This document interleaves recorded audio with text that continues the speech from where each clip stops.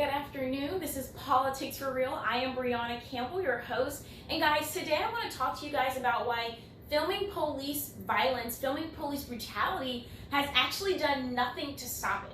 Okay, so based on an article in the MIT Technology Review, images of police violence or police brutality actually has the power to shock, outrage, and mobilize people to demand systemic change. Now, while this is substantial, do you think that it actually has the potential to stop the violence?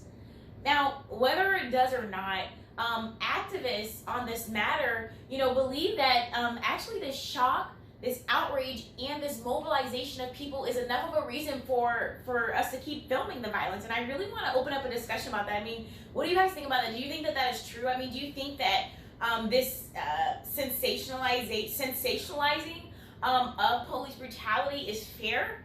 Now, for those of you watching who may not be aware, George Floyd of Minneapolis was recently killed, guys, by a police officer who was compressing his neck for an extended time frame, and it was his neck and his spine, and it caused the man to lose consciousness.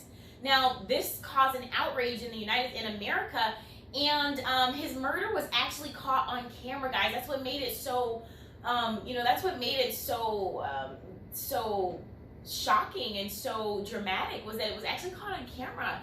And, security cameras apparently, not only that, they caught him apparently using a counterfeit $20 bill to buy cigarettes. So they're getting more on him than I think is necessary in the media. But, I just want to pose a question at this point of, do you guys think that his crime, what I explained to you guys, do you think that that was enough was deserving of what the police did to him? Do you think he was deserving of that? And I also have another question for you guys about whether or not you guys think that things like this are going to continue happening in the United States. I mean, it's insane. I mean, I have a quote from another source that I want to share with you guys. And they're actually questioning whether or not you guys think that one of the other police officers should have intervened. I mean, at what point did another one of the officers that was present think that it was necessary to intervene and to get involved? I also want to kind of bring up the subject matter of Rayshard Brooks. Guys, 27-year-old Rayshard Brooks of Atlanta, Georgia, was killed at a Wendy's after he fell asleep apparently in the drive-thru. He fell asleep at his steering wheel in his car at the drive-thru, and he was approached by the police. And when he was approached, he tried to run, and it was at that point that he was shot in the back, causing and that is just causing outrage in America, because what that proves is that police brutality is actually it's an ongoing problem.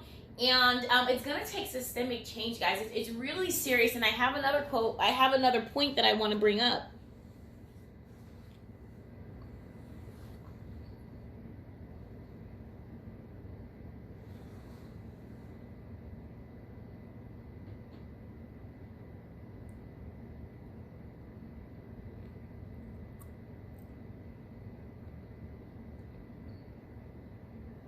Okay, so we know that systemic reform is necessary in America, because with the onset of this violence and this continual violence in America, we know that this is an ongoing problem. But there's also a major reform that's recently being debated in Congress. It's the two, and I'm actually going to just bring up one. One is the end to qualified immunity, guys, and the definition. I have the definition for that, and actually, what it is.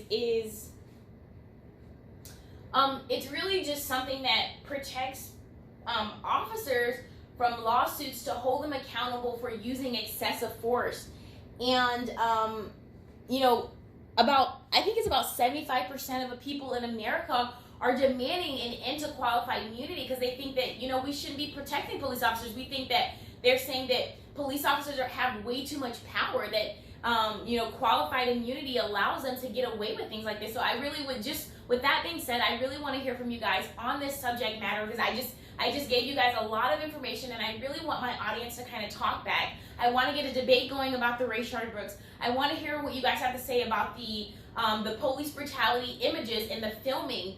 And I also want to hear about you guys on the qualified immunity, because that's something that's coming at from a congressional level. So with all that being said, I'm going to end here. I don't want to be before you guys too long today, but I just wanted to pose those points because it's something that needs to be addressed, okay? So thank you guys so much for watching. This has been another episode of Politics for Real. I'm Brianna Campbell, your host. We'll see you next week.